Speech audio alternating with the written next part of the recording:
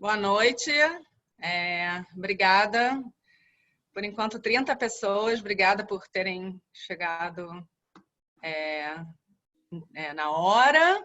E hoje, nosso convidado, Haim, veio muito a calhar, que com ele eu não tive que preparar a apresentação, então me ajudou muito o fato de eu não ter feito a apresentação hoje. Então, ele fez a apresentação, eu vou assistir, que nem vocês.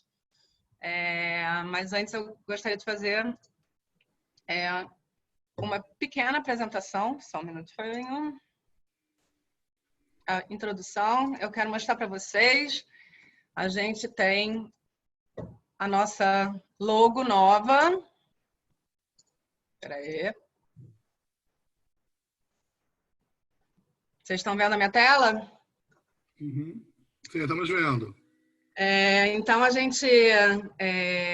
eu tive ajuda aí a gente criou um grupo, a gente criou diversos grupos e que estão me ajudando com as diversas atividades que estão surgindo, que vocês mesmos estão sugerindo na pesquisa, né? Então, a gente formou um grupo grande e vários subgrupos, cada um está ajudando com uma parte, e aí a gente tem a parte da identidade visual, o nome foi criado por vocês, aqui a nossa nova identidade visual do Cadema Brasil. Networking com cafezinho. Espero que vocês gostem. Bom, nosso convidado especial, o Haim. O Haim foi uma das primeiras pessoas que eu conheci aqui em Israel. Nosso primeiro contato foi por telefone. Não me lembro quem me indicou falar com o Haim, mas falaram, conversa com o Haim, ele conhece muito do mercado e tal. E eu pensei, uma coisa que eu acredito que muitos de vocês pensam, né? O que o Haim vai estar interessado na minha vida? O que ele vai parar a vida dele, né? Super ocupado, vai parar a vida dele para falar comigo? Como é que é isso, né? E eu liguei e ele foi me recebeu super bem, ouviu a minha história, me ajudou muito no início. Eu li muita coisa que ele ainda leio, né? Muita coisa que ele produz, né? Conteúdo que ele produz. Então, é um convidado muito, muito especial, porque realmente tem um significado até para mim aliar, né? Para o meu sucesso. Então, Carol, eu quero dizer que foi um excelente investimento. Eu fico contente eu tenho conseguido te ajudar, porque agora você está retribuindo, ajudando muitas outras pessoas. Então, com certeza, foi um excelente investimento. Obrigada. Então, vamos lá. Como a gente sempre faz, a apresentação do Haim, para vocês conhecerem ele, um pouquinho da vida dele antes da aliar, um pouquinho da vida dele depois da aliar, e a dica dele, como aproveitar melhor esses encontros.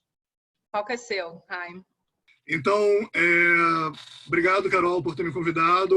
Obrigado a todos vocês que estão aqui participando, prestigiando a gente. Realmente, o objetivo desses encontros é formar uma comunidade, né, que a gente está se ajudando, se apoiando uns aos outros. E todo mundo que hoje está precisando de ajuda pode ter certeza que, se Deus quiser, daqui a alguns anos vai estar podendo também ajudar os outros. Falando um pouco sobre mim, eu sou carioca, né? Eu sou do lado de pai polonês, do lado de mãe sou turco. Eu estudei a vida inteira no Max Nordau, né, do maternal até o 2º grau. Passava as férias no condomínio de Teresópolis. O pessoal que é do Rio de Janeiro provavelmente também se lembra de Eretzópolis. Eu comecei a trabalhar muito cedo no Brasil. Aos 16 anos de idade, eu já trabalhava como programador, com carteira assinada. Eu tenho muito orgulho disso, de que comecei a trabalhar cedo, quando a maioria dos meus amigos ainda não pensavam em trabalhar. Eu estudei no Brasil, fiz meu bacharelado em informática na UFRJ. Eu me formei em 1992. Antes disso, eu fui eleito também conselheiro da FIERJ, da Federação Israelita. Eu era muito ativo na comunidade judaica do Rio de Janeiro, já desde a época do Max Nordau, que eu fui presidente do Grêmio Estudantil. Então, eu conhecia muita gente na comunidade judaica do Rio de Janeiro, apesar de eu ser muito jovem. E até hoje tem muitas conexões lá, apesar de que eu já estou há quase 30 anos em Israel. E eu também escrevi um livro no Brasil, antes de fazer a LIA, um livro técnico sobre programação orientada a objeto, que foi publicado. O livro, na verdade, foi publicado quando eu já estava aqui em Israel. Então, assim que eu terminei a UFRJ, eu me formei, eu vim para Israel. Eu chegando aqui, eu primeiro fiz o UPAN num kibbutz. Eu fiquei no kibbutz Ramat HaShofet, que é um kibbutz aqui perto de Haifa. Foi o UPAN kibbutz, onde você metade do dia trabalha no kibbutz, a outra metade você estuda hebraico. Eu comecei o UPAN no nível Aleph e depois eu passei para o nível Beit, um período de 5 meses. Saindo do UPAN, eu entrei no Technion, onde eu fiz mestrado em Ciências da Computação, né? E eu fiz 2 anos e meio de mestrado, terminando em 95. E desde 95 eu estou na indústria de high-tech aqui em Israel. Eu trabalhei em mais de 15 empresas diferentes, sendo que eu fui parte de 3 startups que fizeram exit. Tem uma startup que eu trabalhei que fez um exit de $50 milhões. Uma outra startup eu trabalhei fez um exit de $100 milhões e uma outra startup fez um exit de $150 milhões. E quanto você ganhou dessas Eu ganhei muito pouco. Ganhei muito pouco. Eu não fiquei rico com esses exits, porque eu tinha uma quantidade pequena de opções. Mas mesmo assim, é muito bom essa sensação de você estar numa startup que faz um exit. É uma sensação assim, muito, muito boa. Essa seria... Dá para fazer um webinar só sobre isso, né? A gente estava falando sobre isso no nosso grupo agora, né? Com a questão do Movit. Com certeza, isso pode ser um assunto para a gente falar sobre uma outra reunião nossa. A gente pode falar sobre as startups em Israel e o ecossistema de startups aqui em Israel. Eu fui presidente aqui em Israel da Associação Internacional de Arquitetos de Software. Eu hoje sou mentor no Gvaim, uma organização que, se vocês não conhecem, vocês devem conhecer. O Gvaim é uma organização que ajuda muito os Olim aqui em Israel, principalmente na busca de emprego. Eu sou hoje CEO da minha própria empresa, Cashlick, que é uma plataforma de marketing de influência. Também isso é um assunto para outro dia. E do lado pessoal, eu moro em Kiryat Yam, que para mim é praticamente um bairro de Haifa. Eu gosto de dizer que eu moro no norte de Haifa. Eu sou casado com a Rosilana, paulista, que também já está aqui em Israel há 17 anos. E eu tenho uma filha chamada Anael, de 11 anos, que nasceu aqui em Haifa. Legal. Agora, sua dica aí para o pessoal aproveitar os encontros. Então, a dica que eu tenho para vocês é vocês entenderem a coragem que vocês tiveram de fazer a LIA e entender que vocês já fizeram o mais difícil, né?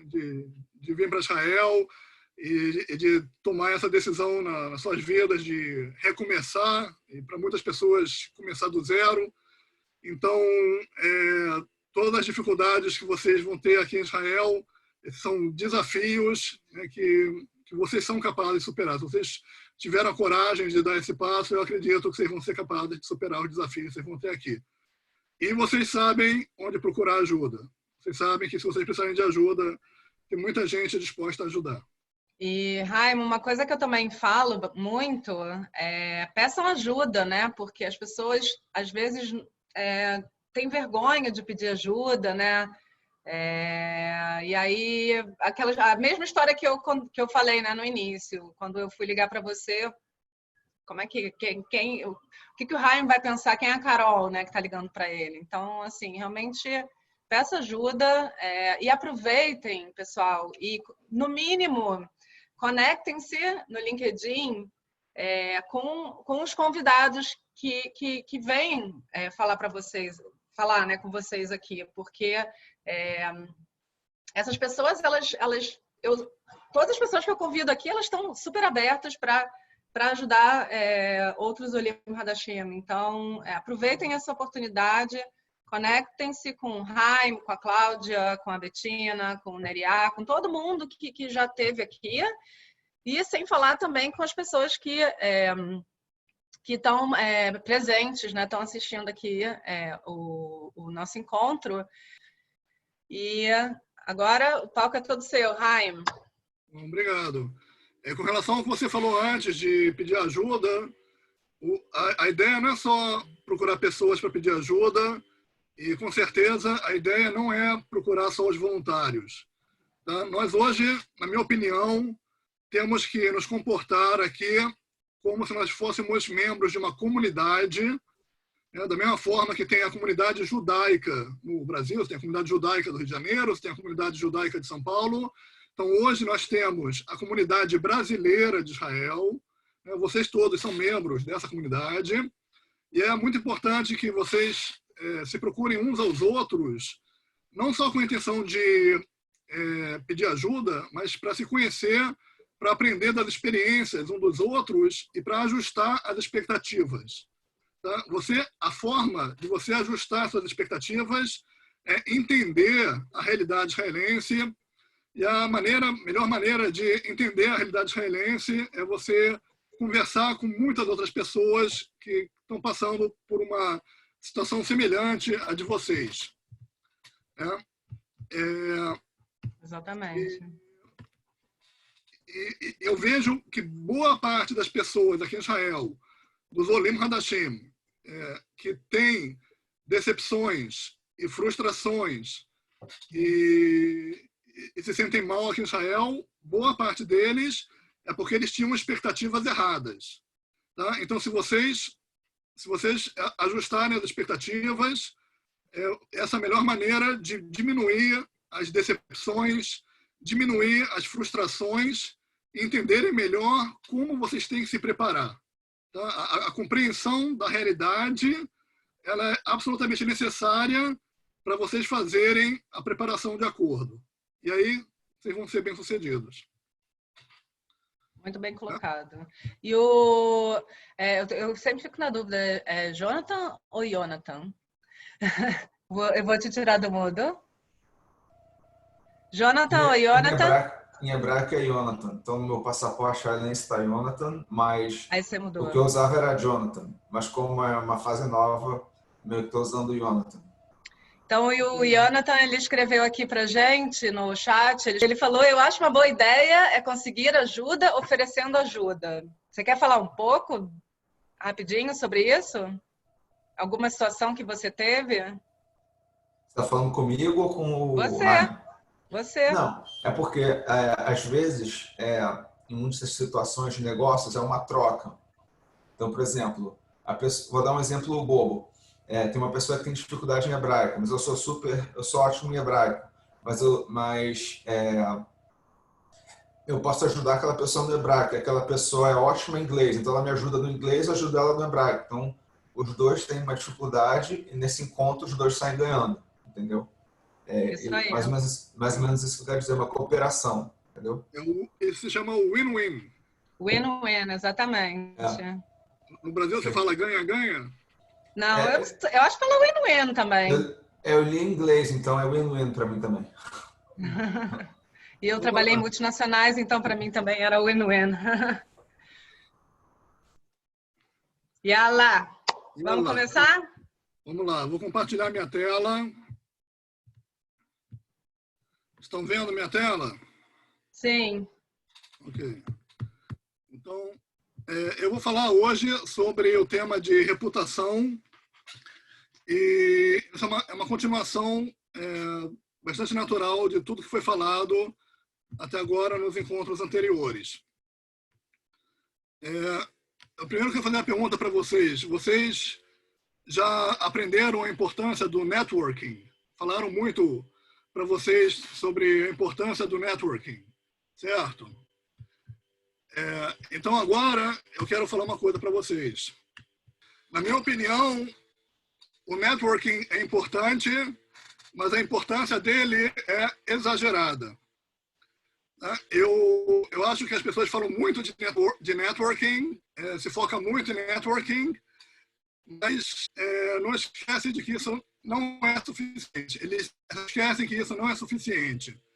Eu acho que é muito fácil você conhecer pessoas, é muito fácil você criar conexões, principalmente nesse mundo que a gente vive, das redes sociais, mas é muito difícil você ficar em contato com as pessoas, você preservar os relacionamentos, né, você manter, né, o contato com as pessoas que você conheceu.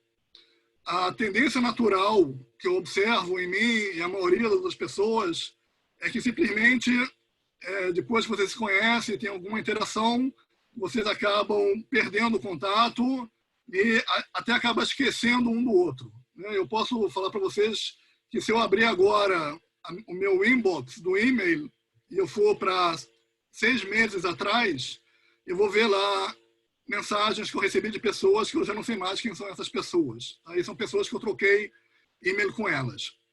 Tá? Então, o verdadeiro desafio não é você conhecer um monte de gente, o verdadeiro desafio é você manter esses relacionamentos. Então, eu vou agora fazer uma atividade com vocês. Né? Atividade da coleção de cartões de visita. Né? Acho que eu vou parar de compartilhar a tela e pedir para poder ver vocês, ver se vocês têm. Eu autorizei agora as pessoas que gostariam de falar, eu autorizei quem quiser te tirar do mudo, pode tirar para participar aí da brincadeira. Então, aqui. Eu tenho aqui uma coleção de cartões de visita. Isso aqui é parte da minha coleção. Tá? Eu tenho provavelmente centenas de cartões de visita. Vocês estão aí com a coleção de vocês? Quem está aí com a coleção de cartões de visita? Tá Esses aqui. foram os que eu achei. Eu deixei os meus tudo no Brasil. Tá, então, a ideia é a seguinte. Eu peguei aqui um cartão aleatório. Tá? Escolhi um cartão da minha coleção. Essa pessoa aqui, você se lembra quem é essa pessoa? Não. Não, Olha, é difícil. você se lembra onde você conheceu essa pessoa? Você se lembra o rosto dessa pessoa? Se você vê essa pessoa na rua, você vai reconhecer. Essa pessoa, quando foi a última vez que você falou com ela, que você escreveu para ela, que você teve algum contato com ela?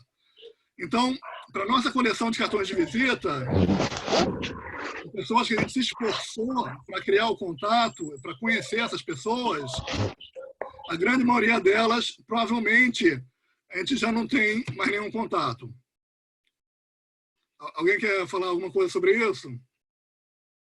A única coisa que eu quero falar é que eu tenho o meu cartão de visita, então é para jogar fora?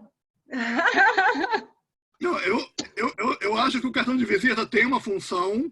Eu coleciono os cartões de visita e imediatamente, quando eu chego em casa, eu adiciono todo mundo no LinkedIn, mas a gente não deve imaginar que o fato de a gente ter um monte de cartões de visita ou o fato de a gente ter um monte de contatos no LinkedIn significa que realmente a gente conta com essas pessoas.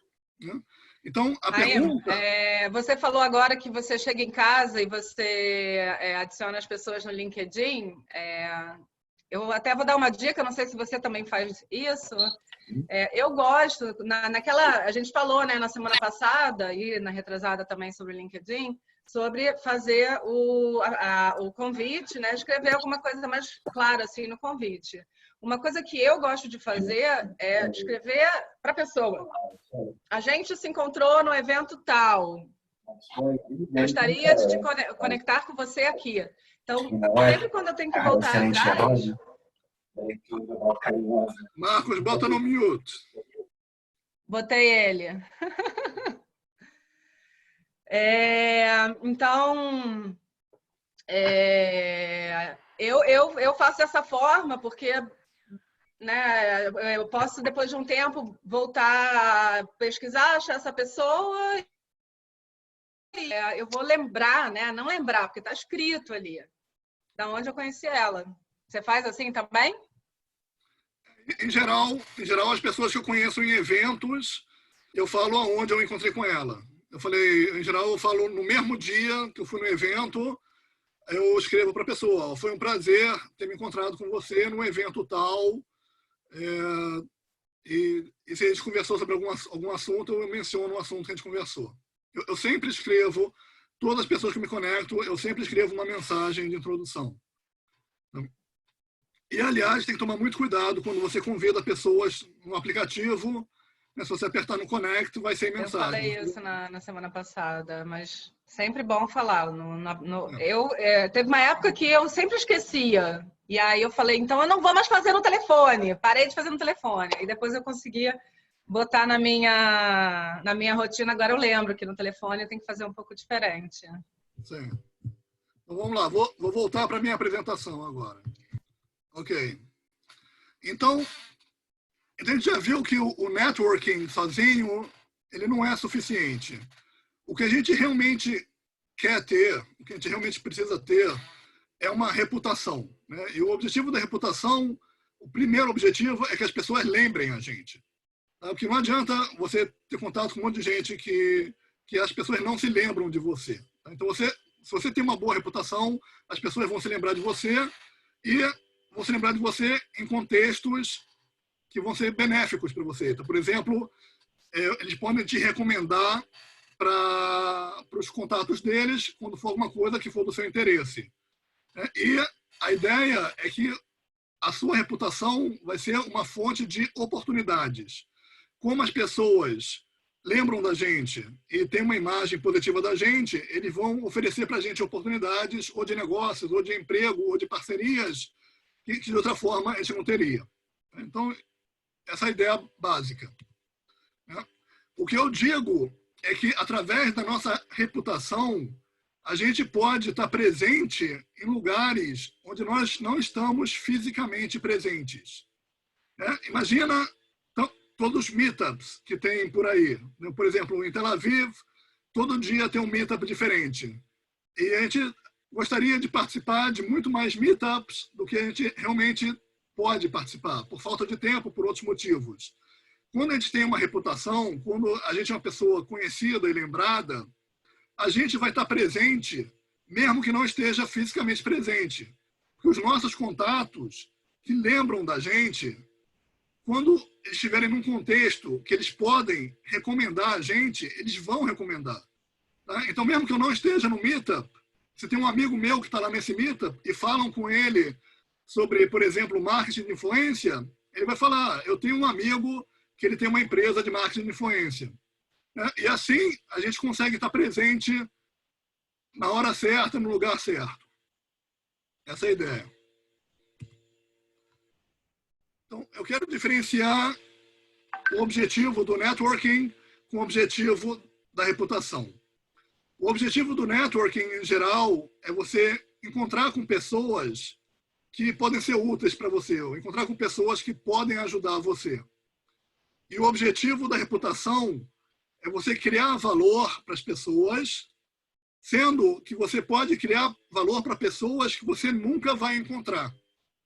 Tá? Eu trouxe aqui uma recomendação de um livro que eu gosto muito, o Give and Take, do Adam Grant, que ele é um professor universitário nos Estados Unidos e também é uma pessoa que vocês podem seguir no LinkedIn. Ele posts muito legais no LinkedIn. O Adam Grant, no livro dele, ele fala sobre isso, sobre como a gente pode se tornar uma pessoa bem-sucedida ajudando os outros. Tá? E foi exatamente o que o Jonathan falou, né? Exatamente, exatamente. Então, o comentário do Jonathan é exatamente o tema desse livro. E eu quero agora me focar nessa expressão, criar valor. O que significa criar valor? É meio abstrato, né? Eu vou criar valor. Então, quero fazer com que isso seja um pouco mais concreto. Eu vou falar hoje sobre 3 formas que você pode criar valor para os seus contar para os seus amigos. Você pode criar valor sendo um connector, você pode criar valor fazendo curadoria de conteúdo e você pode criar valor criando conteúdo. Tá? E tem outras formas também, mas eu quero falar sobre essas 3 formas. Vamos falar pela primeira forma, sendo um connector. O que é o connector? Connector é aquela pessoa que em hebraico se chama o shadchan, ele faz o shidurim, ele faz as conexões entre as pessoas. Em geral, o connector é aquele cara que conhece muita gente e conhece vários tipos de pessoas, de várias profissões, de vários setores, e ele apresenta as pessoas umas às outras. E quando ele apresenta as pessoas umas às outras, ele está criando oportunidades. Tá? Esse tema do connector, ele é mencionado nesse livro que eu trago aqui, do Malcolm Gladwell, que também é um escritor que eu gosto muito, o Tipping Point. Né? Ele fala sobre a importância do connector na sociedade. Um tipo de connector que a gente conhece é o headhunter. Eu estou trazendo aqui para vocês o exemplo de um dos headhunters mais famosos aqui em Israel, que vale a pena vocês conhecerem. Ele se chama Emil Rosenblatt, ele trabalha na área de high-tech. Eu tenho um contato com ele já há muitos anos e durante muitos anos eu mandei para ele currículos de amigos meus que estavam procurando emprego. Pessoas qualificadas. Eu tinha um amigo, um cara altamente qualificado que estava procurando emprego, eu mandava o currículo para o Emil. Durante muitos anos eu fiz isso, gerando leads para ele, sem pedir ajuda. E até que o Emil, em certo momento, fez contato comigo e falou: Haim, eu tenho um emprego ideal para você. Sem eu pedir. Ele falou comigo: eu tenho um emprego ideal para você. E o Emil, ele já conseguiu 2 empregos para mim. Tá? No meu histórico dos últimos 5 anos, eu já tenho 2 empresas que eu trabalhei graças ao Emil. Tá? Então, foi um relacionamento que eu construí ao longo do tempo e que me trouxe oportunidades. Agora, na prática, todos nós somos connectors. Né? Se vocês pararem para pensar no seu dia a dia, todos vocês, em algum momento, estão fazendo conexões. Vocês estão fazendo conexões quando vocês apresentam um amigo para um outro amigo. Vocês estão fazendo conexões quando vocês mandam um CV de um amigo seu para alguma vaga ou para algum outro amigo que trabalha numa empresa que tem uma vaga. Então, vocês também, com certeza, já estão fazendo conexões e vocês estão gerando conteúdo, tá? Estão gerando valor. Quando vocês estão fazendo essas conexões, vocês estão gerando valor para os seus contatos. Aqui eu tenho um exemplo que a Carol me mandou de um rapaz que fez esse post no LinkedIn e ele está apelando para as conexões dele, né, para o network dele no LinkedIn, pedindo ajuda para conseguir um emprego. Né? Então, não necessariamente eu estou recomendando vocês fazerem isso, né, mas é um exemplo de como a pessoa está usando o network dele e pedindo para as pessoas no network dele servirem de conexão para potenciais vagas de emprego. Né? Ele até ofereceu aqui um presente para quem quiser ajudar. A Carol quer falar alguma coisa?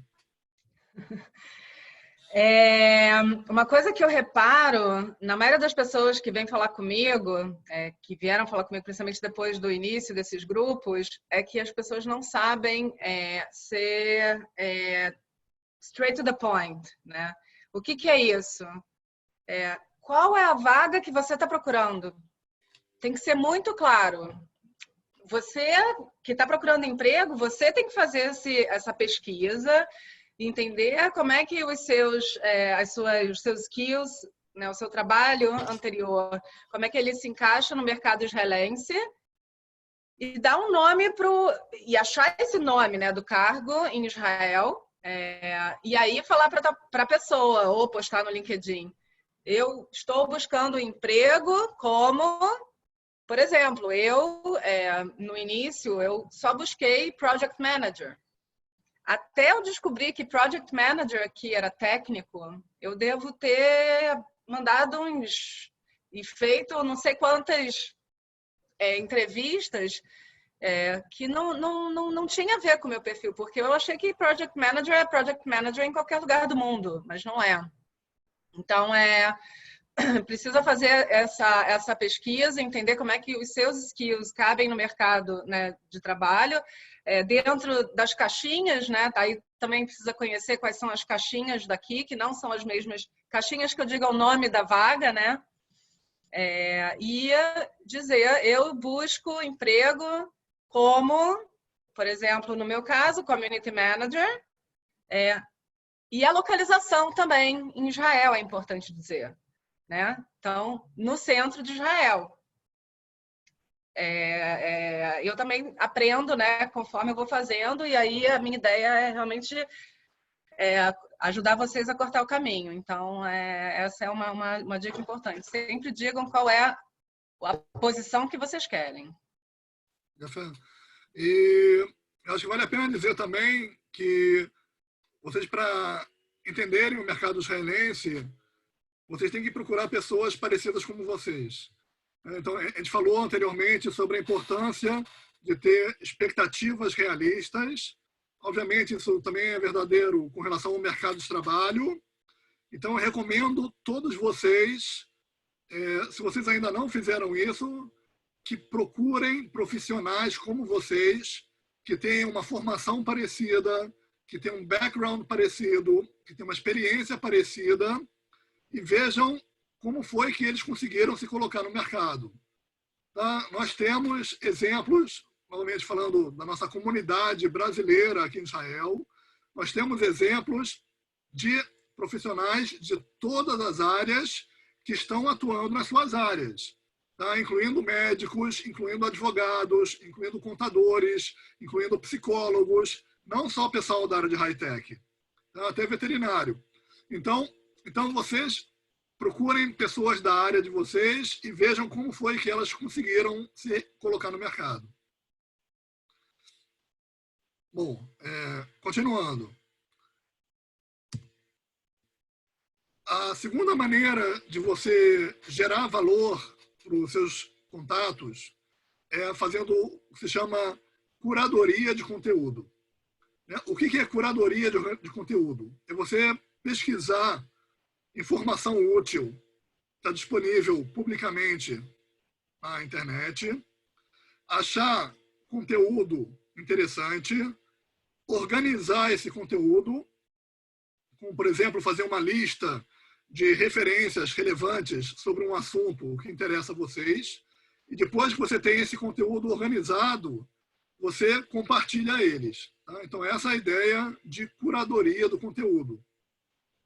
Um exemplo que eu vou dar é o que a Carol fez, compartilhando com as pessoas um monte de referências que ela organizou para busca de emprego.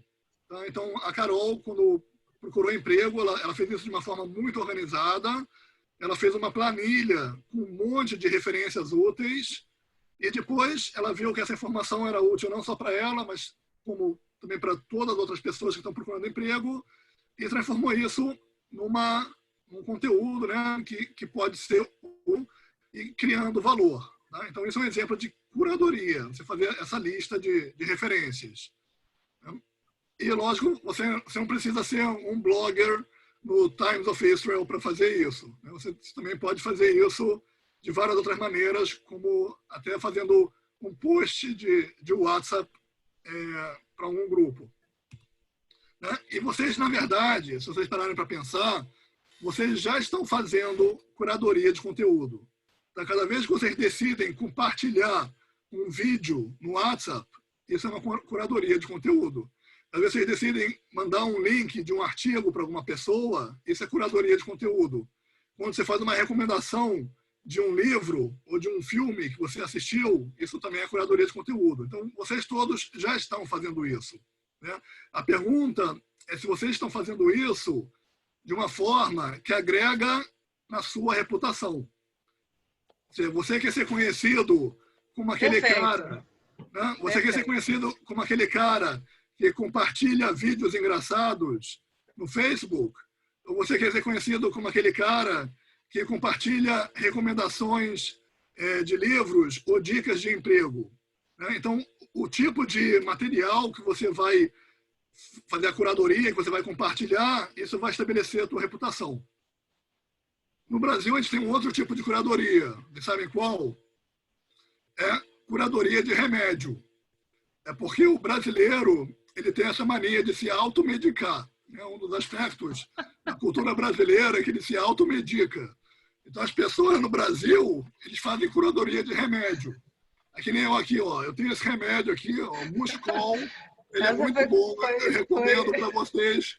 Se tiver com dor nas costas, você toma Muscol. Essa foi ótima. Não, tem gente lá no Brasil que anda com remédio na bolsa. Se tiver com dor de cabeça, já é que nem chiclete. Eu ando com remédio aqui também. Bom, então também você pode fazer curadoria de remédio. Eu quero dar um exemplo mais simples. Tá? Eu dei um exemplo da lista da Carol, mas tem um exemplo mais simples. Aqui é um artigo que foi escrito por um empresário brasileiro, carioca, o Daniel Orlean, um artigo que ele publicou no LinkedIn, uma lista de livros. Tá? Esse é um tipo de artigo que sempre faz sucesso. Tá? Você sempre pode despertar interesse dos seus seguidores recomendando livros. Né? E é uma curadoria que é relativamente fácil de fazer. Né? Você pega alguns livros que você leu, que você gostou desses livros, que você pode escrever sua opinião sobre esses livros e você publica um artigo sobre isso no LinkedIn. Tá? Todos vocês, com certeza, podem fazer isso. É importante, você comentou, Rai, mas eu acho que é importante enfatizar que você precisa dizer por que você achou aquele livro importante, ou aquele conteúdo importante. Você precisa contextualizar, né? Tudo precisa ser contextualizado, né? Com certeza, aí você está agregando valor. Exatamente. Não é só você trazer a lista dos livros, ou não é só você trazer a lista dos links, é você adicionar em cima disso alguma explicação, alguma orientação, com certeza. Com certeza. Tá, então essa foi a segunda forma de você gerar valor para as suas conexões, fazendo curadoria. Agora, a terceira forma é criar conteúdo. Tá? Quando você cria conteúdo, você já não está fazendo só uma curadoria, você realmente está criando uma coisa que antes não existia. Pode ser um texto, pode ser um vídeo, pode ser um infográfico. Você pode fazer isso num blog, você pode fazer isso num artigo do LinkedIn, né? Você pode compartilhar uma apresentação no SlideShare, você pode compartilhar um vídeo no YouTube ou até mesmo no Facebook. A ideia é você criar um conteúdo seu, uma coisa que você está fazendo de nova, de inovadora e gerando valor para os seus seguidores. Tá? Então, novamente, um exemplo, vou usar aqui o exemplo da Carol, que eu gosto muito desse exemplo, da busca de emprego. A Carol, ela fez uma busca de emprego extremamente organizada. Ela calculou aqui todas as estatísticas do funil, né? O que se chama o funil da busca de emprego, desde o número de CVs enviados, né? Então foram enviados 165 CVs, até o número de entrevistas, o número de entrevistas que foram até o final do processo e as respostas positivas. Aliás, na verdade, eu ainda uso muito esse slide. Foi da apresentação que eu fiz lá em Kiryat Yam, né? Eu uso muito esse slide porque as pessoas às vezes vêm falar comigo, mas eu já mandei currículo para 50 empresas, eu já fiz não sei quantas entrevistas. Gente, vocês só precisam de um sim. É só um. E olha o meu exemplo aí, 165 currículos que eu mandei. Aí dentro, né, tem, na verdade, foram 160 175 posições, mas foram em 103 empresas. Então, algumas empresas eu mandei mais de uma vez. Então, também é fácil de eu mostrar para a pessoa que está me perguntando, né? Falando, eu já fiz 50 entrevistas e ainda não recebi meu sim. 165 para receber um sim, gente. Então, eu uso muito esse slide. Então, novamente, aquele tema das expectativas. Né? Esse slide ele é extremamente importante para vocês ajustarem as expectativas. Tá? Não fiquem chateados se vocês mandaram 10 currículos e ninguém respondeu. Carol, eu não estou vendo aqui o chat. Tem algum comentário importante no chat? O Jonathan, né? O Jonathan falou. Isso aí. Eu também estava no mudo. Não. Pode deixar que se eu ver aqui alguma pergunta, ou eu tiro a pessoa do mudo, ou pode deixar, estou ligada aqui. Tá bom. Aliás, eu quero falar para vocês que se é a primeira vez que vocês estão vendo esse slide, vocês estão fazendo uma coisa errada. Vocês já deveriam conhecer esse slide. E eu quero falar que vocês também já estão criando conteúdo. Tá? Cada vez que vocês fazem um post no Facebook, vocês escrevem alguma coisa no Facebook, cada vez que vocês mandam uma mensagem num grupo de WhatsApp, cada vez que vocês fazem um comentário público, isso também é uma forma de gerar conteúdo, isso também afeta a sua reputação. Tudo que vocês estão fazendo nas redes sociais, isso afeta a sua reputação, e vocês têm que estar conscientes disso e pensar se isso está sendo uma contribuição para vocês ou não. Eu quero aqui dar exemplo para vocês de um monte de páginas e grupos que vocês conhecem, de pessoas que estão gerando conteúdo na nossa comunidade brasileira aqui em Israel.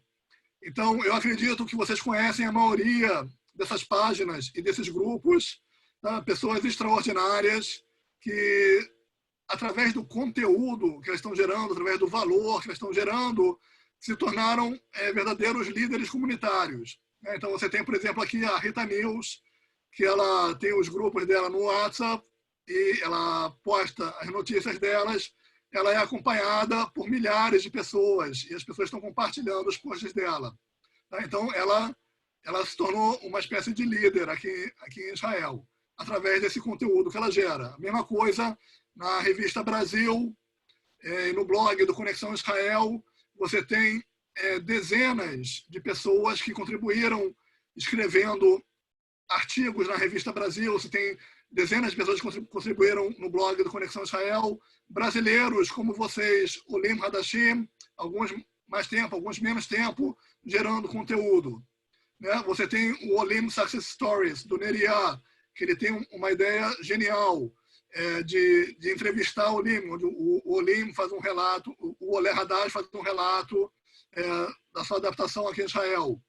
Você tem um grupo do Gabriel Egner, das dicas em Israel, que também eu gosto muito das dicas dele. Você tem um grupo relativamente novo do 100% Israel, do nosso amigo Sandro, também pessoas fantásticas gerando conteúdo. Tá? Então, vocês todos estão sendo beneficiados pelo conteúdo que essas dezenas de pessoas estão gerando. E eu tenho certeza que quando vocês chegaram aqui em Israel, uma das primeiras coisas que vocês fizeram foi procurar fontes de conteúdo confiável. Então, uma das primeiras coisas que o Olé Hadash faz quando ele chega aqui em Israel é procurar essas fontes de aonde ele vai se informar, aonde ele vai aprender sobre a realidade israelense. Tá? Então, isso é extremamente importante. E da mesma maneira que vocês estão consumindo esse conteúdo, vocês podem também criar conteúdo. Eu tenho certeza disso. Vamos falar agora sobre o desenvolvimento de uma habilidade. O desenvolvimento de uma habilidade, ao meu ver, tem 3 etapas. Você tem a etapa do aprendizado, onde você está adquirindo um novo conhecimento, então você está consumindo conteúdo, depois você coloca esse conhecimento em prática e, finalmente, você ganha experiência e você desenvolveu uma nova habilidade. No desenvolvimento da reputação, você tem uma etapa adicional. Você tem a primeira etapa do aprendizado, a segunda etapa da prática e a terceira etapa da experiência, mas, além disso, eu adicionaria uma 4ª etapa, que seria ensinar ou compartilhar o seu conhecimento. Isso significa criar conteúdo. Então, quando você está aprendendo, você está consumindo conteúdo, e quando você está ensinando, você está construindo, desenvolvendo a sua reputação, você precisa gerar conteúdo. Isso é uma coisa que, na minha opinião, é essencial.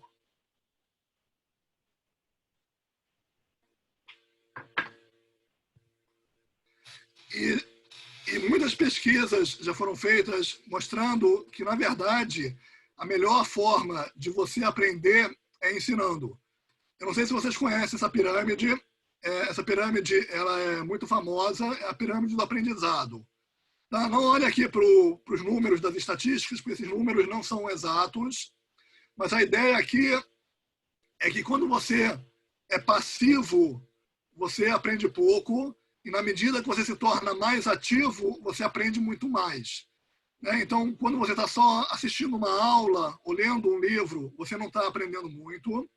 Quando você está colocando em prática, por exemplo, participando de um grupo de discussão, aí você já está aprendendo mais, você já está mais ativo, e a forma que você mais aprende é fazendo e ensinando os outros.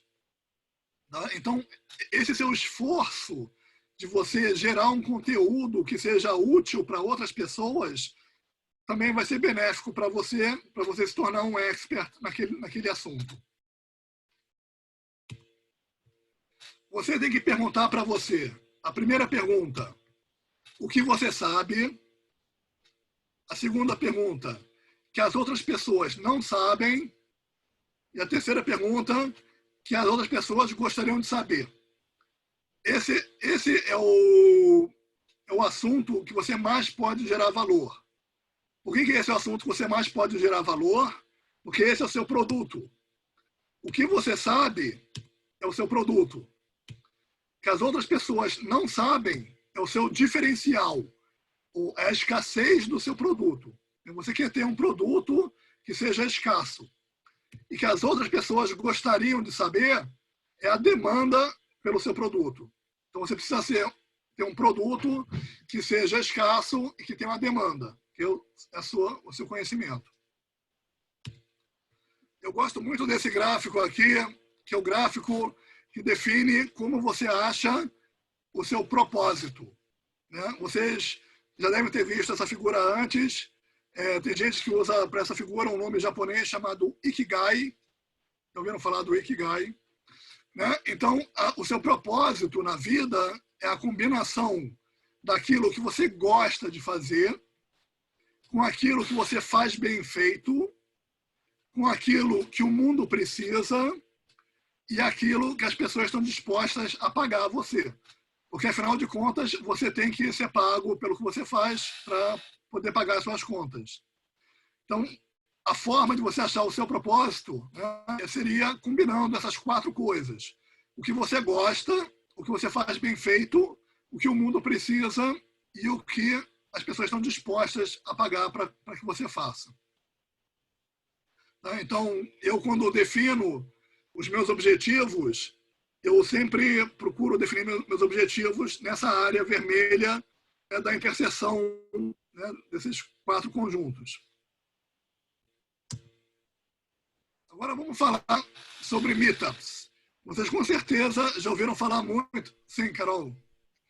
Eu acho que seria interessante a gente dar uma pausinha, perguntar se alguém gostaria de fazer alguma pergunta sobre o que o Haim até agora abordou. Alguém? Para mim está muito interessante, de verdade. Okay. Acho que não tem ninguém que queira fazer pergunta. Então vamos lá. Pode continuar. Então, continuando.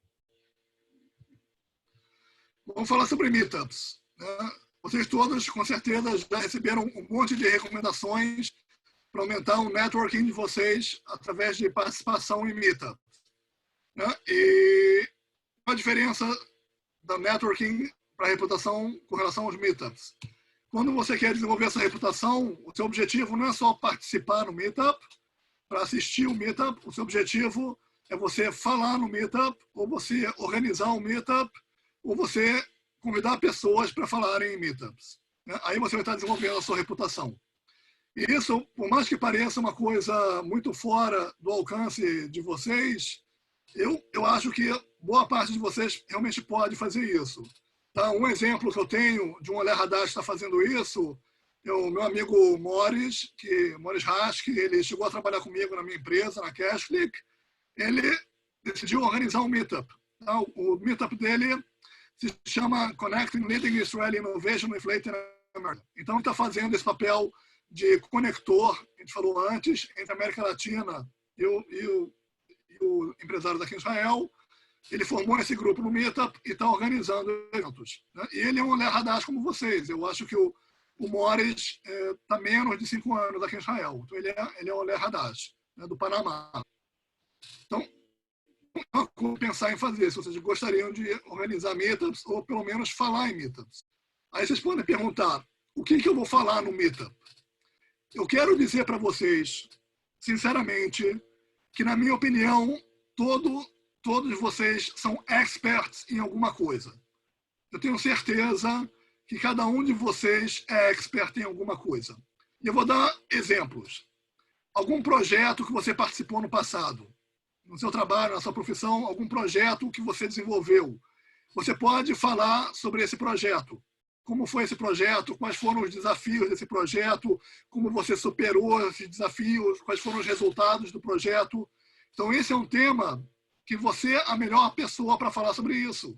Você é um expert nesse projeto, porque foi você que fez esse projeto. Você pode falar também sobre a sua experiência trabalhando numa grande empresa. Por exemplo, se você trabalhou lá no Brasil, na Rede Globo. Então, você pode falar, a minha experiência de trabalho na maior rede de televisão da América Latina. Okay? Isso pode ser um tema de uma palestra. Tem alguém aqui que trabalhou na Rede Globo? Pode botar no chat. Aqui. Olá. Então, você pode contar para a gente algum projeto assim, especial que você participou lá na Rede Globo, que você poderia falar sobre isso? Olha, bom, eu fui da área de engenharia da Globo, né, por três anos, e a Globo tem uma característica muito importante na sua produção, que é a alta disponibilidade que ela tem de todos os seus componentes de exibição. Eu trabalhei especificamente na área de engenharia de exibição. Então, para você colocar a programação da Globo no ar, você precisa de uma série de equipamentos que a gente chama de playouts. Playouts, como a gente tem um playout de música, a gente tem profissionalmente playouts de vídeo que controlam toda a grade de programação da emissora. Então, um projeto muito interessante que eu trabalhei dentro da área de exibição da Globo foi a colocação desses elementos de playout da emissora na nuvem, em cloud. Então, usando cloud computing para você colocar todo o sistema de exibição da emissora, a produção da emissora no ar, usando servidores que estavam todos na nuvem para a colocação. Então, isso aí era um exemplo de um projeto grande, vamos dizer assim, que teve um relativo sucesso dentro da emissora. Perfeito. Muito bom. Então, esse é um excelente exemplo. A dica agora é você procurar um grupo profissional dessa área aqui em Israel. Eu tenho certeza, se você procurar, você vai achar. Você faz contato com o organizador do grupo e você oferece para ele fazer uma palestra sobre isso. Você fala para o cara, olha, eu trabalhei na Rede Globo, que é a maior emissora da América Latina, eu fiz um projeto extraordinário sobre os layouts, usando tecnologia de cloud, e eu quero falar sobre isso, eu quero dar uma palestra sobre isso. Tá bom? Então, isso é um exemplo. Agora, fora isso, no Brasil, a gente teve 2 eventos extraordinários que o pessoal aqui em Israel acha incrível, que foi a Copa do Mundo e as Olimpíadas. Então, eu queria agora perguntar se tem aqui algum outro voluntário que tenha participado, trabalhado na Copa do Mundo ou na Olimpíada? Tem a Carol, agora eu quero um outro voluntário sem ser a Carol. Na verdade, eu participei do período de planejamento, mas eu fiz ali em 2015, então eu não participei do evento. Ah, ok. Tem alguém aqui que participou, que teve um cargo? Deixa eu ver. Então, antes de ir para a Globo, eu trabalhei no Comitê do Rio 2016 e eu trabalhei numa empresa francesa chamada Atos Bull, e a empresa é responsável, ela que tem um contrato mundial com o Comitê Olímpico Internacional, ela faz toda a parte de tecnologia dos jogos, tanto os olímpicos como os paralímpicos, né? E o comitê, na verdade, ele divide toda a Olimpíada em áreas que eles chamam de venues. Então, cada venue, ela é, na verdade, um local de competição. Então, existia um local de competição que era o ginásio olímpico, o ginásio de natação. Cada estádio daqueles que vocês viram tinha a sua pequena infraestrutura, e eu era o responsável pela infraestrutura do data center. Então, foi um trabalho conjunto com a Embratel, porque o data center ficou hospedado na Embratel, e foi, na verdade, o último data center de Jogos Olímpicos, que os próximos Jogos Olímpicos já vão ser em cloud, completamente, usando a cloud da própria Atos Bull, né, lá na França. Então, foi muito interessante também. Perfeito. Então, esse é outro exemplo. Tá vendo? Você tem agora um outro exemplo que eu tenho certeza absoluta.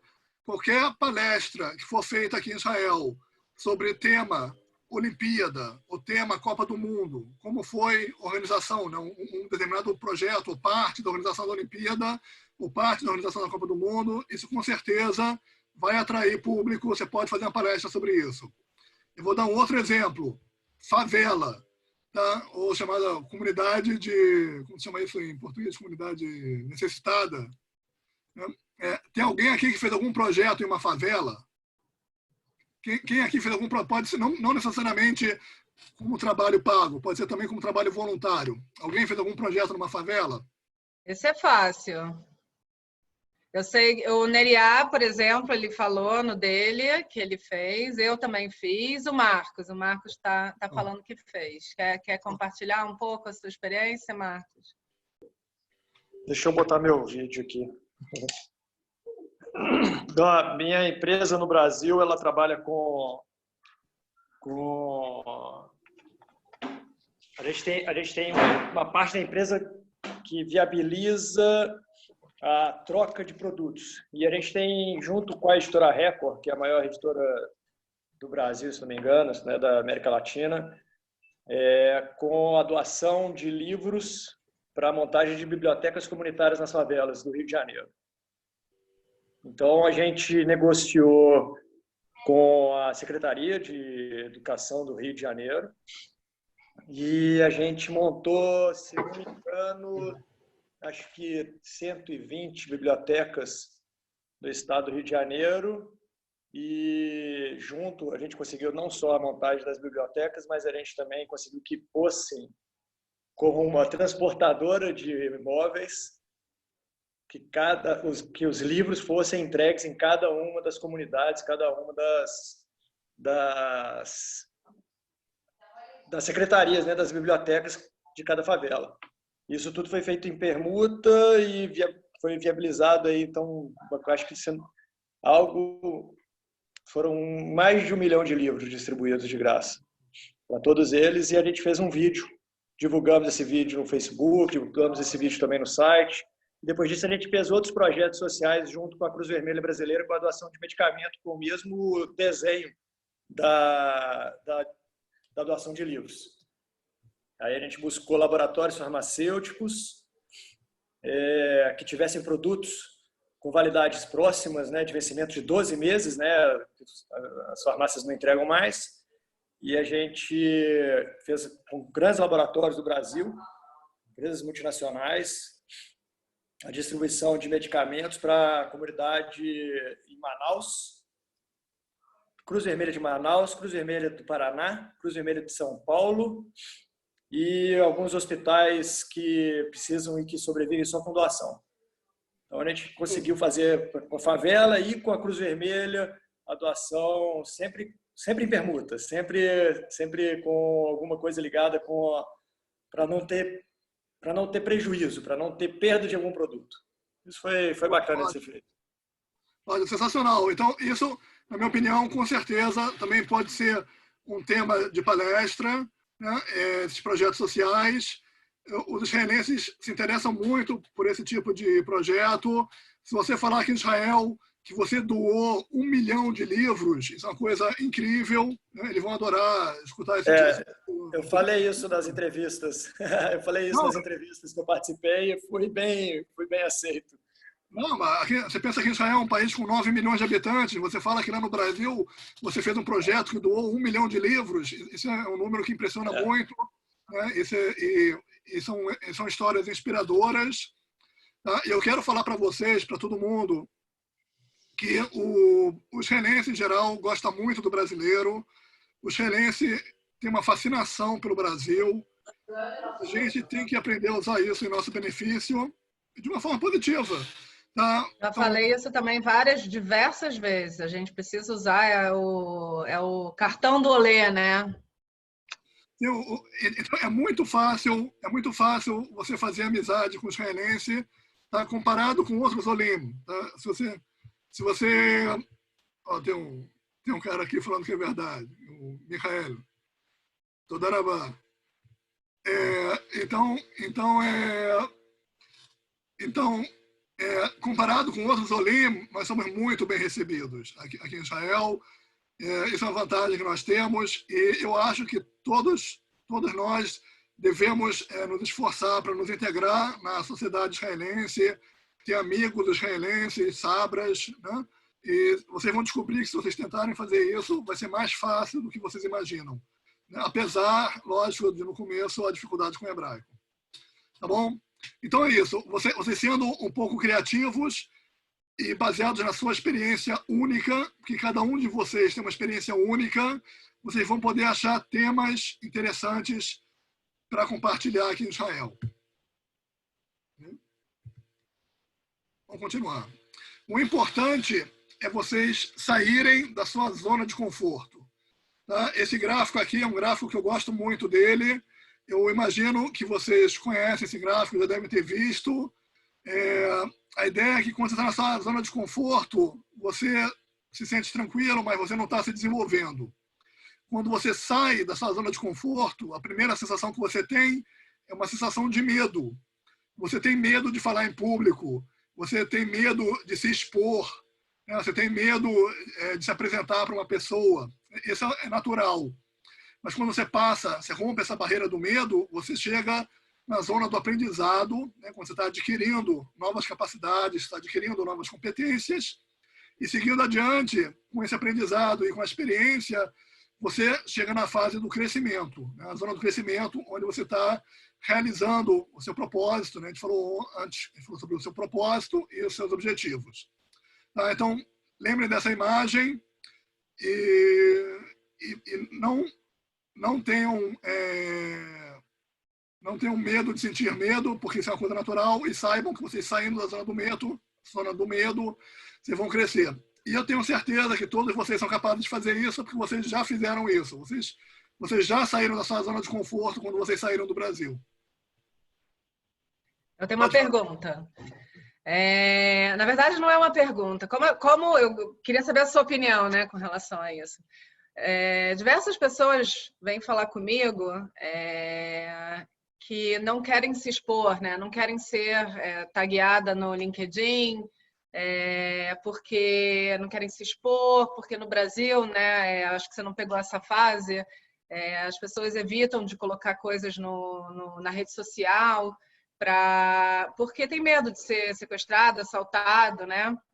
E eu ouvi muita gente falando assim, eu sou mais reservado, eu prefiro que não me marque.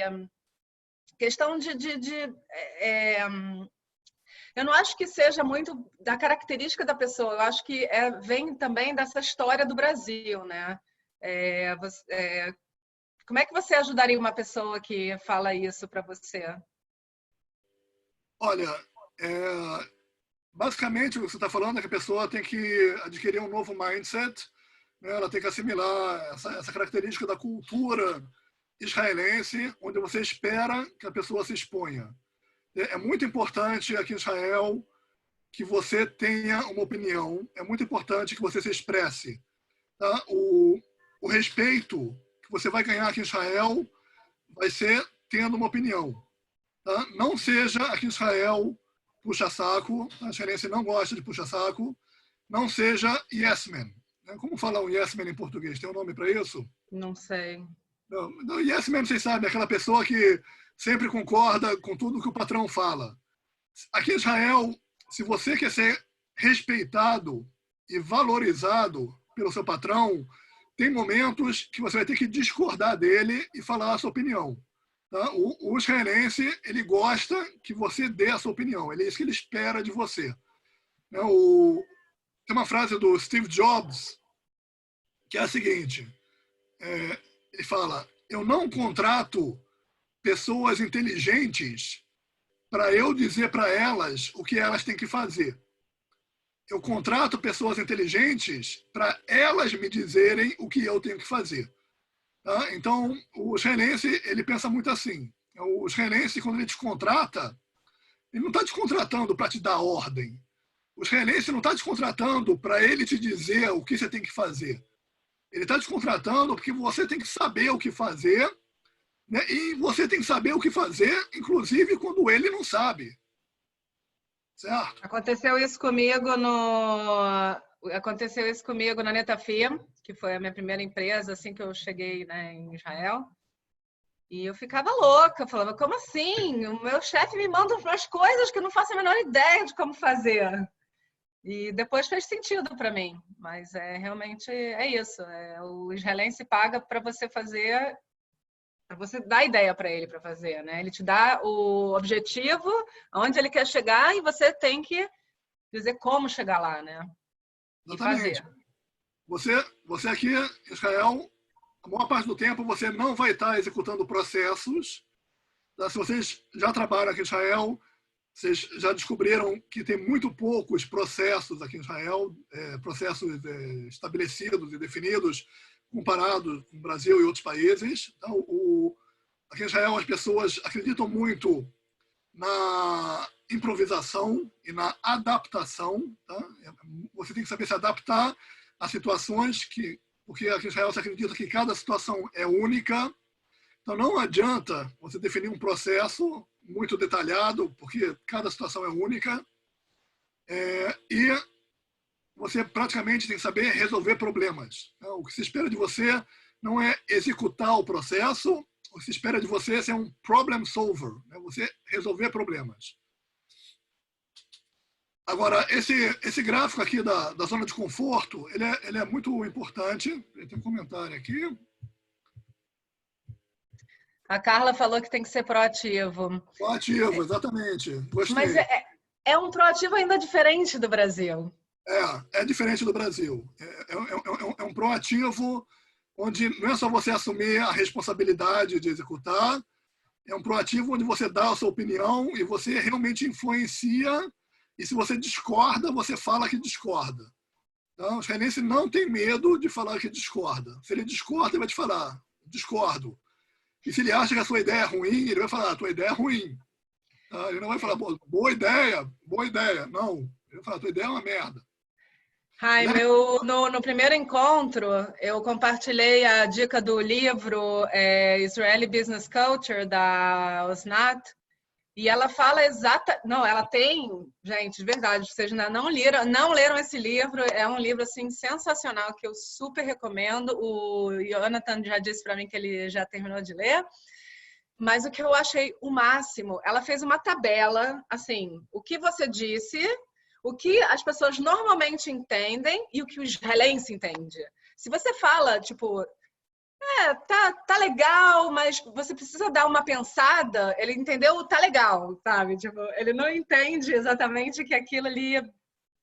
Ele tem que ser direto mesmo. A forma da comunicação é completamente diferente do israelense. Você tem que aprender. Não é só aprender hebraico. Vocês acham que o desafio de vocês é aprender hebraico? Não, o desafio de vocês não é aprender hebraico. O desafio de vocês é aprender o que o israelense está querendo dizer. Não que palavras ele disse. Deixa eu ver aqui no chat. Eu estou respondendo. A Carla pediu a Israeli Business Culture. A Carla pediu para eu repetir o nome. Eu estava tentando ler aqui, mas está um pouco longe. Tá bom. Agora, olha só, esse gráfico do Comfort Zone, ele é bonito, mas é abstrato. Eu quero agora dar concretamente o que significa isso. Tá? E eu vou, para falar sobre isso, eu vou falar sobre a teoria do flow. Né? Não sei se em português se chama isso a teoria do fluxo. É de um psicólogo húngaro chamado Mihaly Csikszentmihalyi. E ele fala que você, para atingir o seu nível de produtividade máxima, que ele chama de flow, o flow é quando você tem, usando o seu máximo da sua capacidade, né, da sua competência, e um nível alto de desafio. Né? Ou seja, uma coisa que você sabe fazer bem feito e uma tarefa que seja difícil, não uma tarefa que seja fácil para você. Né? Então, se a gente quer evoluir, né, se a gente quer crescer, né, saindo da nossa zona de conforto, a gente tem que, ao mesmo tempo que a gente está crescendo as nossas competências, a gente está se tornando mais competente, a gente está aprendendo e adquirindo experiência, a gente tem que buscar os desafios. Tá? É assim que você vai estar no seu máximo de produtividade, assim que você vai estar na sua área do flow. Né? Se você é uma pessoa competente fazendo tarefas fáceis, isso vai ser chato para você. Né? E se você é uma pessoa pouco competente fazendo tarefas difíceis, isso vai criar para você uma ansiedade.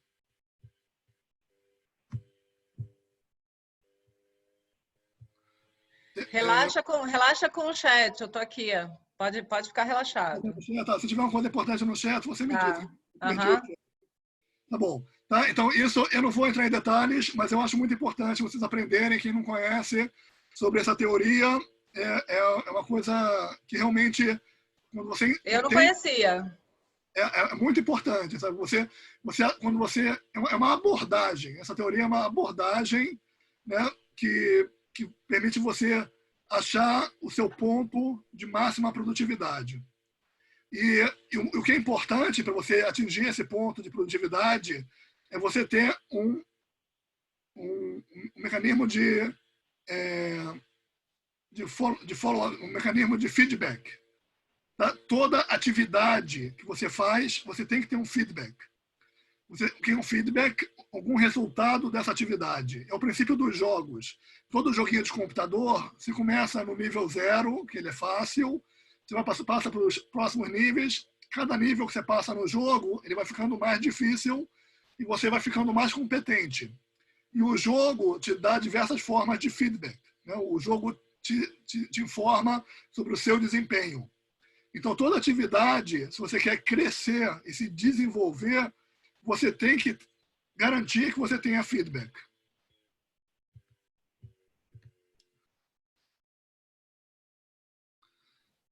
É isso aí. O Jonathan conhece esse livro. Ele é um psicólogo muito famoso que, hoje em dia, ele vive nos Estados Unidos. Mihaly Csikszentmihalyi. Então, vamos passar para o próximo slide.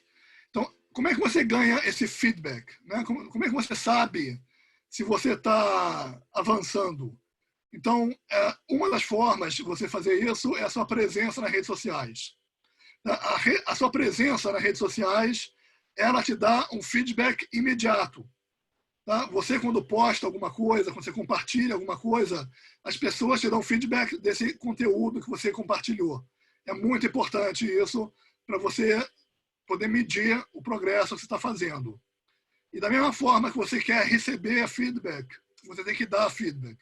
Tá? Então, nas redes sociais, você tem que ter uma presença, não só gerando conteúdo e compartilhando coisas, mas também dando feedback para as pessoas, interagindo com as pessoas, fazendo like, dando suas curtidas, postando seus comentários e compartilhando. Seja autêntico, seja consistente e seja profissional. Tudo o que você faz nas redes sociais afeta a sua reputação.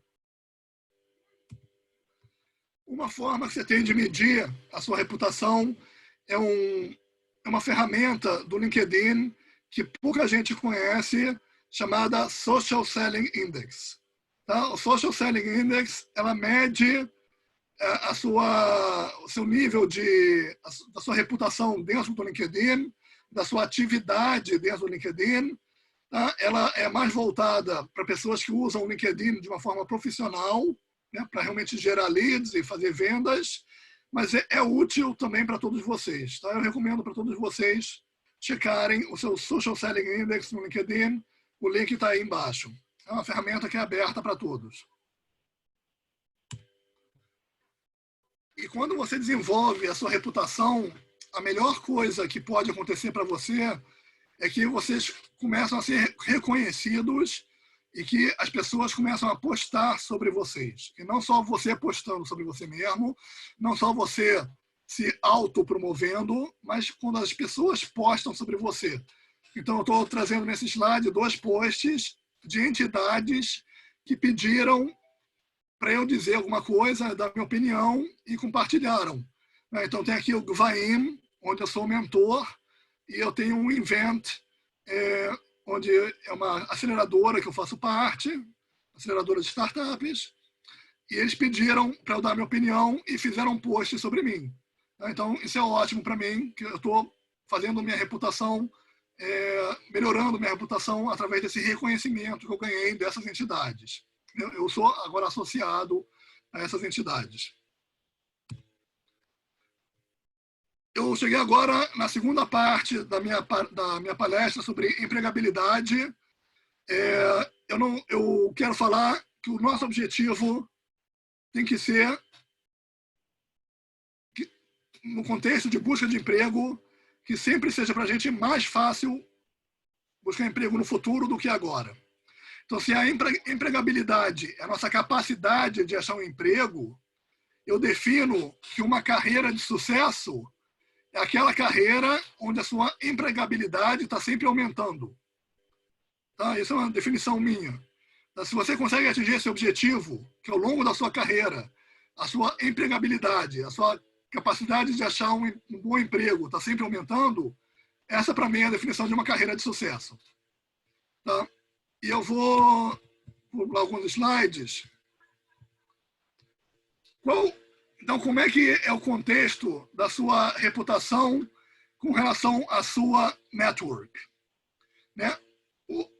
Na verdade, as oportunidades que vão aparecer para você, elas dependem tanto da sua reputação quanto do tamanho da sua network, da sua rede de contatos.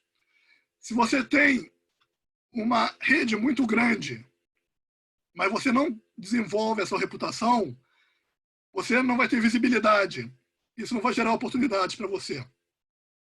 Da mesma forma, não interessa você ser uma pessoa muito boa, uma pessoa com uma reputação muito boa, se a sua rede é muito pequena. Tá? Então, por exemplo, se você trabalha numa empresa e todo mundo sabe que você é o melhor engenheiro dessa empresa, não adianta para você ser chamado para um emprego melhor em uma outra empresa.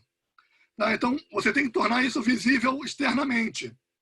Tá? Então, você tem que ter uma reputação visível, né? E uma rede grande que ela serve para ampliar a sua reputação. Tá? Então, esse, na minha opinião, é a conclusão. Né? Você tem que desenvolver a sua rede, você tem que ter uma rede grande de contatos, mas essa rede grande de contatos vai servir para você como amplificadora da sua reputação. Tá? Então, você desenvolva a sua reputação, não é uma coisa rápida de fazer, é um processo de longo prazo, um investimento de longo prazo, mas que vai te dar resultados. E principalmente para vocês que chegaram agora aqui em Israel e que não são conhecidos aqui em Israel, é a hora de fazer isso. Carol, queria falar alguma coisa? Não, eu estou aqui concordando em gênero, número e grau. Por exemplo, eu posso dar o exemplo, eu comecei o blog foi em 2000, eu olhei hoje até por acaso, em junho de 2018.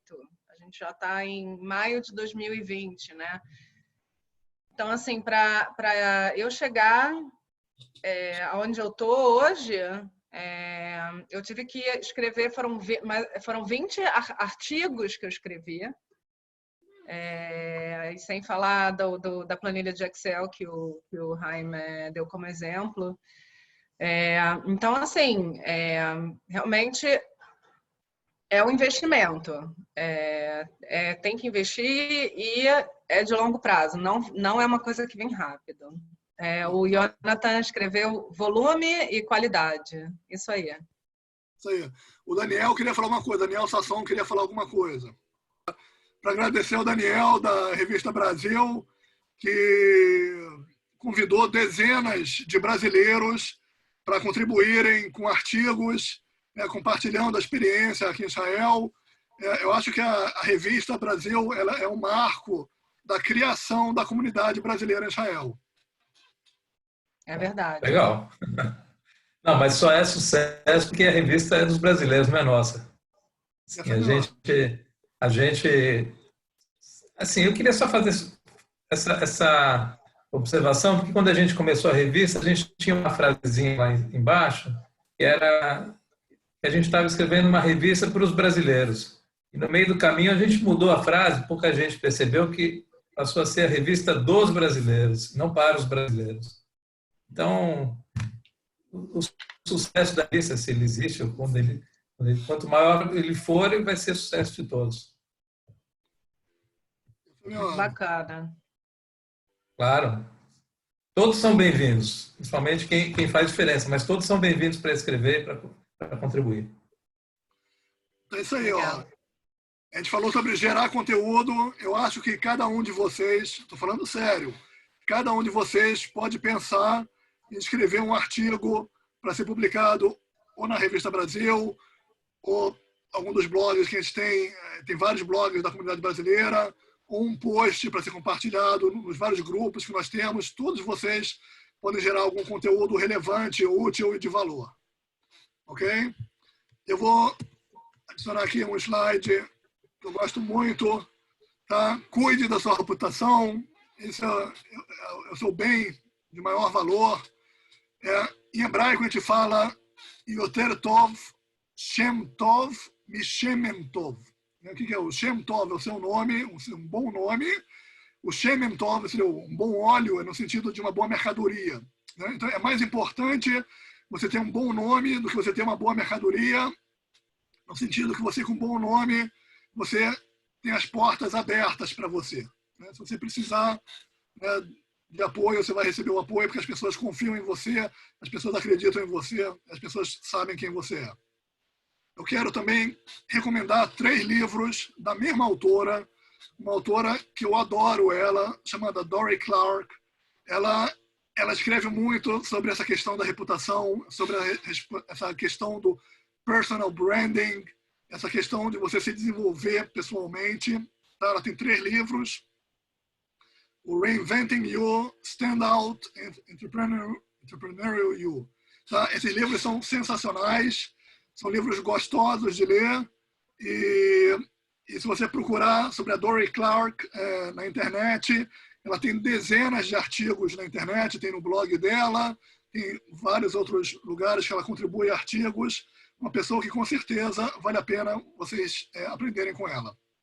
Eu não conhecia e quando eu falei para o Jaime isso, eu vou te emprestar os meus livros. Eu te mando agora. Aliás, eu gosto muito de emprestar livros. Vocês estão vendo aqui a minha biblioteca aqui atrás, né? No meu background tem a minha biblioteca. Isso é uma pequena parte dos meus livros. Eu tenho muitos outros livros no meu Marsan e tenho muitos outros livros emprestados aí com meus amigos. Bom, para terminar, tem aqui referências do meu blog, alguns dos artigos que eu publiquei no meu blog. Essa apresentação eu vou compartilhar com vocês. Tá? Eu vou pegar essa apresentação, eu vou botar ela no SlideShare. O SlideShare, se você não conhece, é um site de compartilhamento de apresentações. É muito importante vocês conhecerem esse site, tem apresentações lá muito legais. Verdade, eu mesmo esqueci dele. Normalmente eu compartilho as apresentações anteriores no Google Drive, e as pessoas podem baixar como PDF, né? Mas a ideia do SlideShare é legal também. Então, o SlideShare é uma outra excelente forma de você gerar conteúdo. Tá? Eu tenho várias apresentações no SlideShare. Algumas das minhas apresentações já tiveram milhares de vistas. Tá? Então, novamente, fazendo uma apresentação e compartilhando no SlideShare, você acrescenta a sua reputação. Tá? Então, essa apresentação vai estar lá em breve e eu vou pedir para a Carol mandar um link da apresentação para todos vocês que participaram. Farei isso. Primeiro de tudo, obrigada, Haim. Foi realmente muito bacana. Gostei muito, aprendi bastante. A gente recebeu algumas perguntas antes, né, que a gente pediu para o pessoal fazer algumas perguntas. Eu queria te fazer essa pergunta, eu acho que você é a melhor pessoa para responder. Qual foi a situação de maior chutzpah que você já vivenciou em Israel, relacionado ao mundo de trabalho?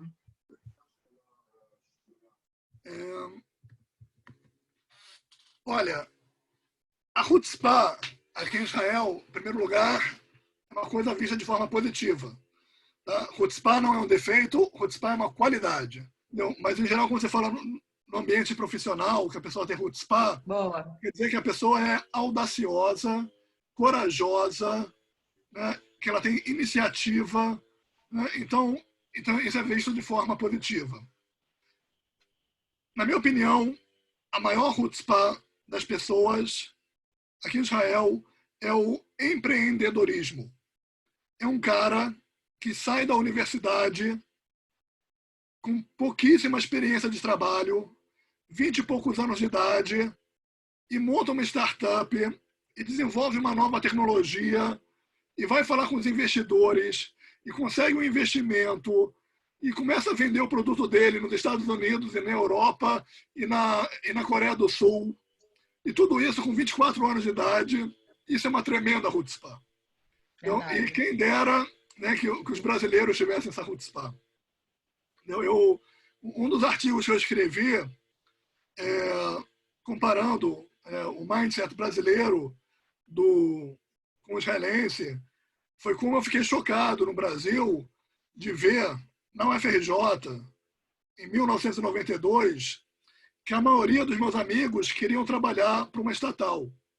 Tá? Eu acho que isso mudou um pouco, tá? Mas ainda hoje, você vê no Brasil que boa parte dos jovens eles têm essa preocupação com essa estabilidade no emprego. As pessoas, isso faz parte da cultura brasileira, com certeza, de certa forma, é justificado. Eu acredito que o Brasil, com certeza, dá certos motivos para a pessoa buscar a estabilidade, mas ainda assim também é um elemento cultural. E aqui em Israel é fantástico você ver os jovens que têm iniciativa, que querem ser empreendedores. E a Carla aqui falou que isso tem a ver com a tzavá, tem a ver com a tzavá, ok? Tem a ver com a tzavá. O jovem israelense, ele sai da tzavá se sentindo um super-herói, ele sai sentindo que ele pode conquistar o mundo, ele não tem medo de passar 6 meses passeando na Colômbia e no Peru, ele não tem medo de passar 6 meses na Índia, em lugares que são verdadeiros buracos, onde nenhum turista vai, só o turista israelense que vai. Tá? Então o israelense ele sai da tzavá com muita coragem. E você precisa ter coragem na tzavá israelense, porque eles realmente se desafiam. Né? Você tem aquela cena do Tropa de Elite, aquela cena do Tropa de Elite que eles falam sobre o exército israelense. Mas é exatamente isso. Carol, parabéns de novo pela nova sessão de hoje. E Haim, Kolakavod, adorei tudo que a gente sempre aprende um monte com você, obrigado. Eu queria te fazer uma pergunta relacionada com o que você falou bastante sobre o networking. E hoje em dia não tem como a gente não misturar as mídias sociais que estão aí disponíveis para a gente. Então, quase todo mundo tem Instagram, quase todo mundo tem LinkedIn, todo mundo tem Facebook, TikTok e muita coisa. Como que você vê onde que a gente tem que delimitar o que a pessoa do mundo corporativo pode ver do teu Facebook ou não? E como que lida com isso? Porque é muito comum uma pessoa do LinkedIn vir ver como é a tua vida pessoal no Facebook, né? Na hora que você faz um contato ou precisa de ou às vezes procurando trabalho, às vezes até simplesmente por querer fazer contato, né? Olha, essa é uma pergunta que não tem resposta, tá? Isso é muito pessoal. Não, depende da maneira como você está usando o Facebook. Infelizmente, na minha opinião, o que aconteceu no Facebook é que as pessoas hoje não estão podendo usar o Facebook como elas gostariam. Tá? As pessoas, na minha opinião, gostariam de usar o Facebook para compartilhar sobre a sua vida com seus amigos próximos e com seus parentes. Porém, ao longo do tempo, as pessoas foram obrigadas a aceitar como amigos no Facebook pessoas com quem eles não têm nenhuma intimidade. E como eles aceitaram essas pessoas como amigos no Facebook, eles foram obrigados a parar de compartilhar certas coisas. Tá? Então, o Facebook deixou de ser Facebook. O Facebook, hoje em dia, não é uma rede social como ela deveria ser, como foi idealizada. Tá? São pouquíssimas pessoas que usam o Facebook de acordo com a visão original do produto. Tá? Então, as pessoas, hoje em dia, estão usando o Facebook, a maioria delas para compartilhar coisas impessoais, e o motivo que eles fazem isso é porque eles têm, às vezes, centenas de amigos no Facebook que não são amigos. Tá? E a gente sabe disso. E é muito triste isso. Tá? Então, basicamente, a sua decisão pessoal, o que você vai compartilhar, depende de quem são seus amigos. Eu parei de compartilhar muita coisa no Facebook que eu compartilhava antigamente. Agora, com relação a você convidar os seus coworkers, né, os seus colegas de trabalho, para serem seus amigos no Facebook, eu acho, novamente, isso é uma decisão pessoal. Eu não faço isso. Tá? Eu não convido meus colegas de trabalho para serem meus amigos no Facebook. Em geral, eu convido eles depois que eu saio do trabalho.